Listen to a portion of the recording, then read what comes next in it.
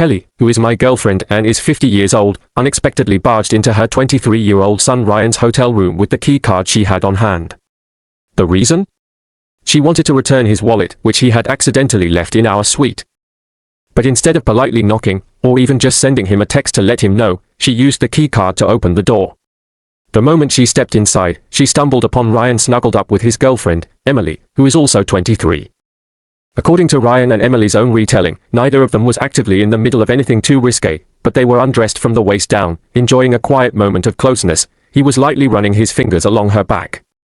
Let's just say that this sight sent Kelly into a full-on meltdown so severe, I began to wonder if she had neglected to pack her usual mood-stabilizing medication for our vacation. I'm a 48-year-old man who's been dating Kelly for nearly 2 years, and I have never seen her react quite this intensely. We'd embarked on this group vacation, which included me, Kelly, her son Ryan, his girlfriend Emily, plus my sister, whose name is Bill, my niece, and my niece's boyfriend. Although it may sound like a large group, we were all looking forward to sharing fun experiences together. I know Ryan extremely well. I was his high school coach many years ago, and during those formative years, we forged a bond so strong that I now consider him practically family.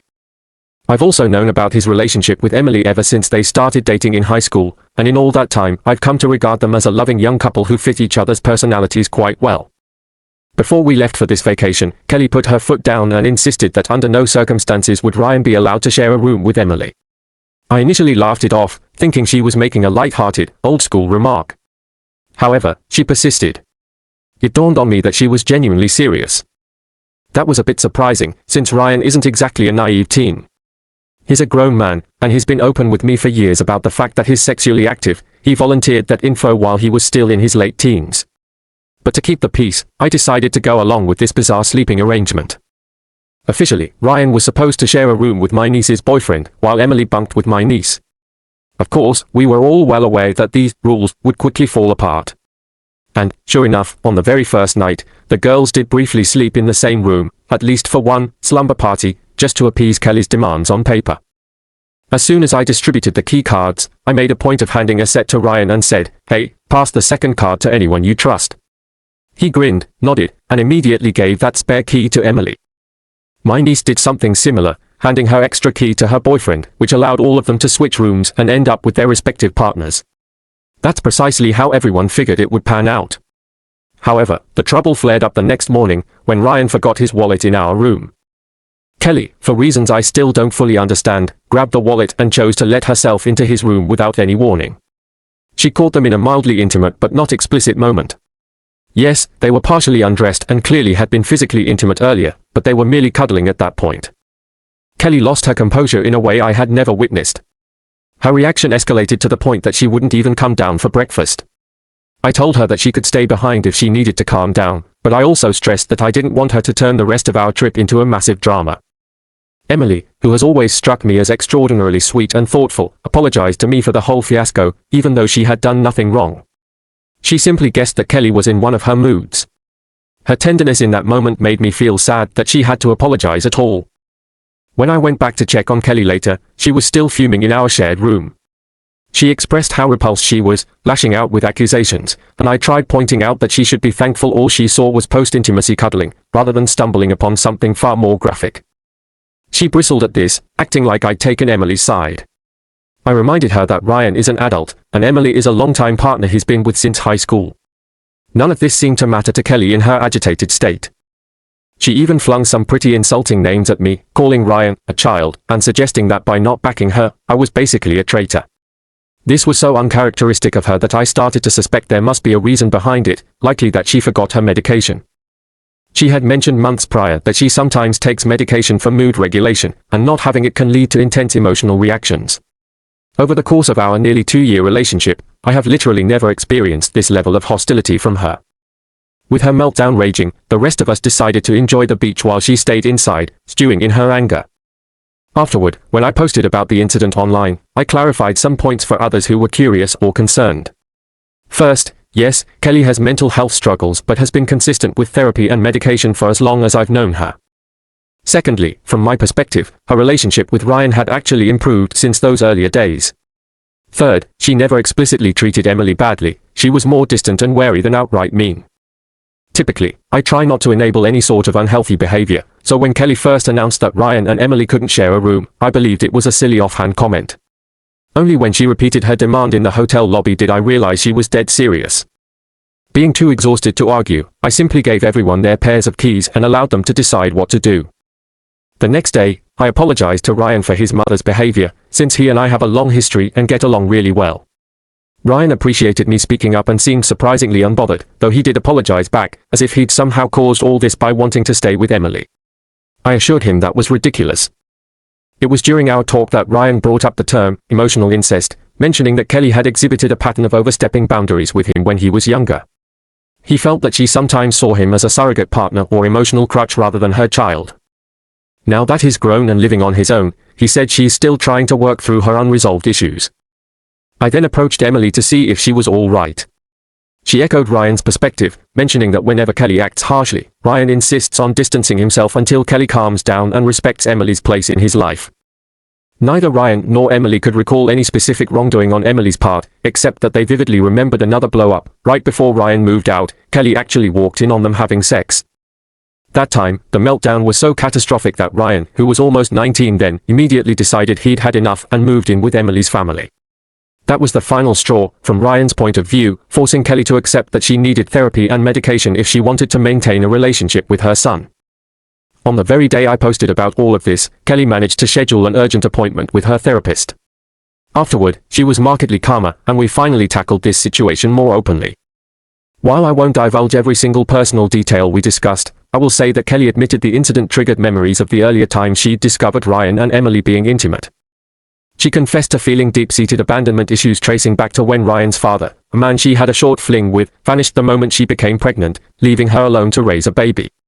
She also owned up to harboring an unspoken hostility toward Emily.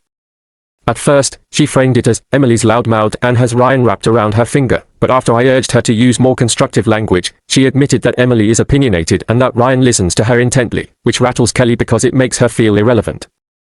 However, Emily is also an intelligent, polite, and loving young woman who invests herself fully in the relationship, while Ryan absolutely adores her.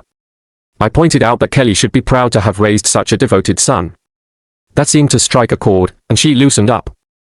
Her therapist, interestingly, also recommended she see her regular doctor or OB/GYN about the possibility of menopause playing a role in her heightened mood swings, noting that if hormone shifts were at play, her current medication might need an adjustment.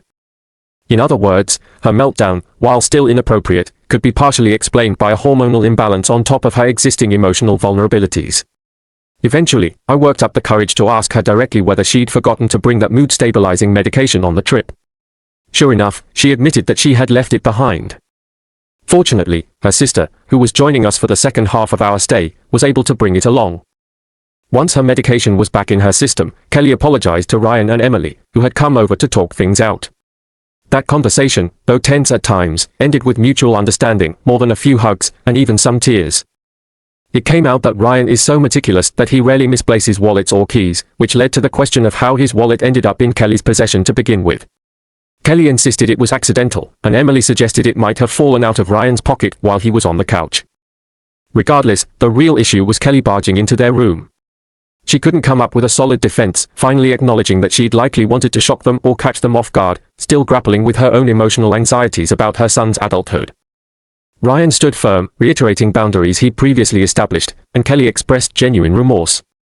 She even shared details from her therapy session, which Ryan and Emily appreciated. Emily graciously proposed that she and Kelly get a drink together to bond, hopefully forging a healthier relationship. And that was that. Everyone could move forward and resume the fun we'd planned, complete with ocean breezes, cocktails, plenty of good meals, and midday naps under the sun. Now, shifting to the second story, a whole different scenario but just as emotionally charged. It involves a married couple dealing with accusations of baby trapping. The wife, 32, female, has been married to her husband, 35, male, for 7 years. From her perspective, their marriage felt like something out of a fairy tale, both best friends who trusted one another wholeheartedly. Then suddenly, the husband became fixated on his friend Jeff's predicament. Jeff, 34, male, confessed that his wife, 32, female, had stopped taking her birth control pills without telling him, purposefully getting pregnant a few months into their relationship. Coming from a conservative family, Jeff felt duty-bound to marry her once the pregnancy was revealed. He also feels chained to the marriage, unable to leave, because he took vows and won't abandon his child. This situation rattled the husband in the story so much that he confronted his wife, who was 4 months pregnant at the time, and straight up asked if she, too, had tricked him into having a baby. Naturally, the wife laughed, thinking he was joking. How could she possibly have trapped a man she's been married to for 7 whole years? She expected him to realize the absurdity. Instead, he doubled down, warning that baby trapping could happen at any point in a relationship. He took her genuine amusement at his question as some kind of sign that she was guilty of something. When she suggested they revisit the conversation in the morning, she woke up to find him gone. Adding insult to injury, her brother-in-law, 28, male, sent her a vicious text accusing her of cornering her husband into fatherhood. She was shell-shocked, uncertain where to turn for support. In her first update, she reveals that while her original post was quickly locked, she managed to read through all the advice people offered. One major realization she had was that she hadn't let herself get angry enough over these accusations. She was mostly just devastated and confused. Needing a shoulder to cry on, she contacted her best friend, 31, female, who hurried over with chocolate and moral support. This best friend's husband, 34, male, is a family lawyer and generously offered to represent her if she chose to divorce. Soon after, her mother-in-law, 66, female, arrived, dragging her husband behind her like a child caught misbehaving. It appeared that when he fled, he headed to his parents' house to insist that his wife had forced him into this pregnancy. His mother, thankfully, was having none of it, scolding him severely before hauling him back home to apologize in person. When he faced his wife, he looked at the floor, muttering about being terrified of parenthood and transferring that anxiety onto her. He proclaimed that he still wanted to be a responsible father, as if this was an act of heroism. She was furious, calling him a coward and ordering him to return to his parents' place until she was ready to see him again. She deliberately chose not to mention that her friend's husband was already drawing up divorce papers, knowing her husband might react unpredictably. She then showed her mother-in-law the scathing text from the brother-in-law, who had said some truly hateful things. The mother-in-law's face reportedly darkened with anger, leaving the wife to assume there would be serious consequences for him. In the second update, she says she has started attending therapy sessions to cope with her heartbreak. On the positive side, the baby is healthy, and she has discovered she's carrying a little girl. This joyful news gave her a spark of hope in the midst of her marital crisis. Touched by the invitation, her mother-in-law even came along to the scan, crying tears of happiness over her granddaughter-to-be. Buoyed by that, the mother-in-law organized a family lunch. The wife was nervous, but she agreed, believing her mother-in-law genuinely wanted to help patch things up. At this lunch, the husband, brother-in-law, father-in-law, 70, male, and mother-in-law were all present. The mother-in-law broke the tense silence by encouraging everyone to speak their mind.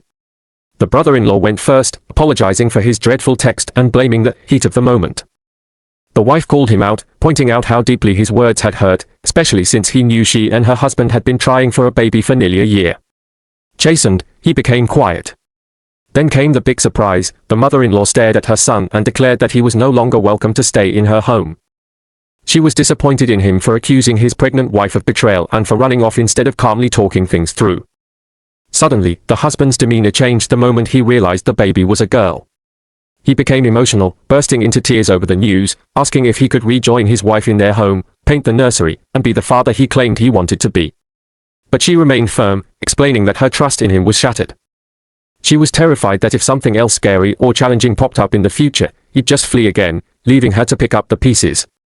She then told him directly that she had already consulted a lawyer.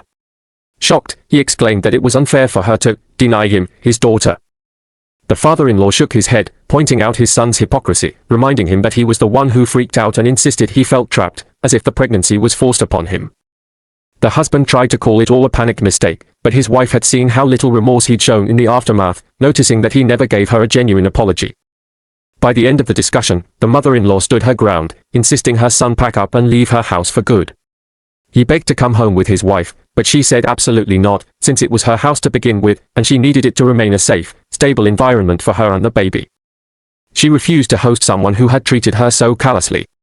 Ultimately, he took up residence in a hotel, only to be served divorce papers at work soon after. He barraged his wife with teary voicemails and even sent a selfie of himself weeping in his car, something she and her best friend found more pathetic than persuasive. The mother-in-law reached out, acknowledging how sad it was for the marriage to collapse but pledging to stand by her daughter-in-law and grandchild, emphasizing that they would always be family no matter what. Despite feeling grief over the way everything fell apart, the wife was resolute in her decision, recognizing that her husband alone was responsible for his irrational accusations and cold-hearted behavior. Wanting to lift her spirits, her best friend convinced her to go shopping for baby clothes, a small but uplifting outing. Each tiny Odyssey or adorable pastel outfit reminded her that happiness still lay ahead. She expressed gratitude for her support system and reaffirmed that her priority now is her own health and the well-being of her unborn daughter.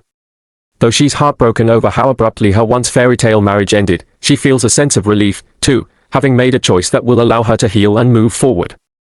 For now, she's taking it day by day, waiting to see what the future holds, but firmly believing that she and her baby girl deserve better than a partner prone to deserting her in times of need. She doesn't know if there will be more major developments, but if there are, she promised to share them. For the time being, she's focused on self-care, seeking therapy, and preparing for the arrival of her daughter. It may not be a storybook ending, but it's a new beginning filled with hope for what might come next.